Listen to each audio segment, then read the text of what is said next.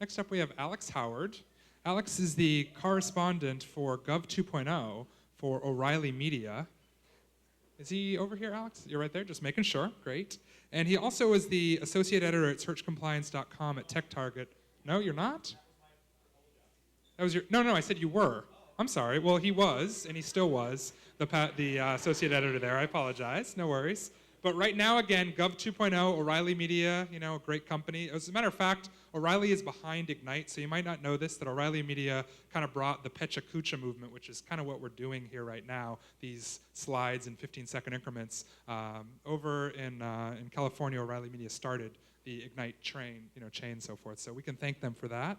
And he's going to talk tonight about pattern recognition and Spimewatch, living in the unevenly distributed future. So come on up.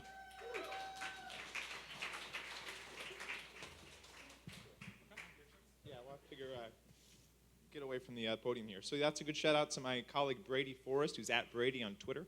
I just saw him in New York at the Web 2.0 Expo. Last weekend, I met this guy named William Gibson.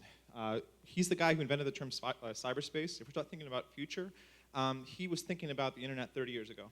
And I met him, he signed this book, it's pretty good. So the future is mobile. We already know that we're living in a world where we all use cell phones if we can afford them. More people have cell phones than cars, certainly. That's going to shift in radical ways in the future. I think we can already see that happening. The form factors will change, but we're going to have mobile devices.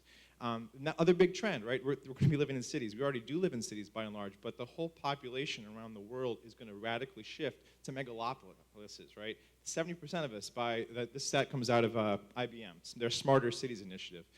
And part of what's important about smarter cities is that we're going to need better ways to get around them. This is a visualization of real-time Rome right now, right? We're living in a moment where we can see more data about one another than ever before, and we can understand better about how to get there. One of the places you could see where that could go is then heads-up displays. The same stuff that came out of the stuff that jet pilots had on their screens, we'll be able to have on our visors, on our car windshields, wherever we need to have it to get around better, and that's enabled by that data.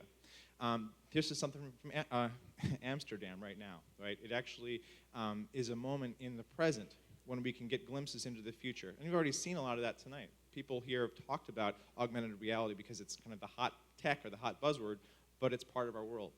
And this picture should be familiar because the photographer earlier tonight, who has a wonderful Flickr collection I was looking at before I got here, shared this shot, which is this idea that when we have these smarter devices that live in the cloud, we can actually frame our world through them.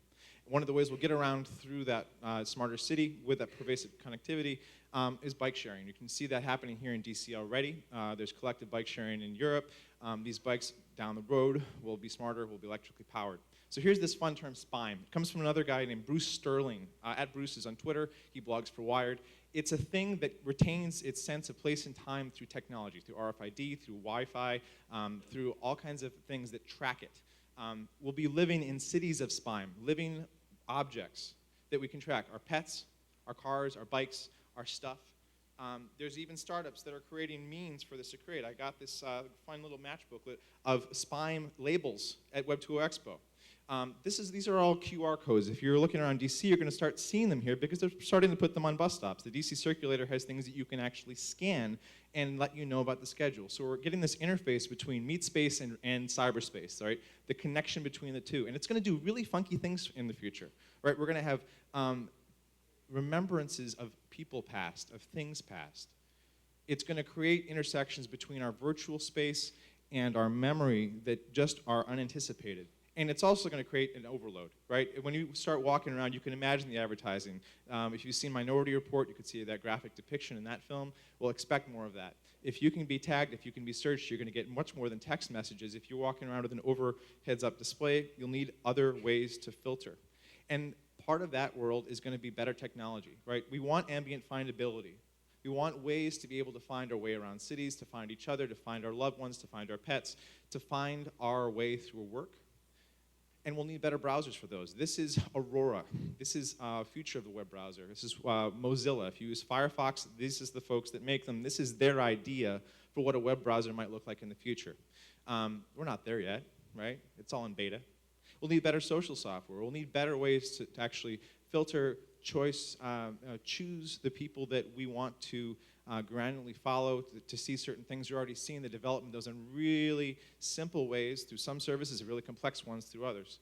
And we'll want better apps to audit data, right? We talked about Sunlight Foundation and Sunlight Labs. This is their mock-up of recovery.gov, except with augmented reality, right? Imagine holding up your phone and looking around to seeing where the government is spending money, seeing where the spending is, seeing in a given room who the lobbyists are. If you look around and then consider the digital divide, we'll also need ways to share that information with fellow citizens who don't have access to these technologies.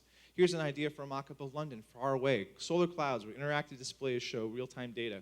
And here's something from right now. This is the first iPad app for a state senate in New York. Right now you can get video, you can get data feeds. We'll see a lot more of this stuff. And guess what? It's open sourced. So if other senates or legislatures want to use it, they can create one too. And collectively, we're going to have better platforms for people to self-organize. If you don't recognize this map, it's an open street map of Haiti. All those glowing lights, those are refugee camps that volunteers all around the world collectively got together and mapped out. We'll see a lot more of that.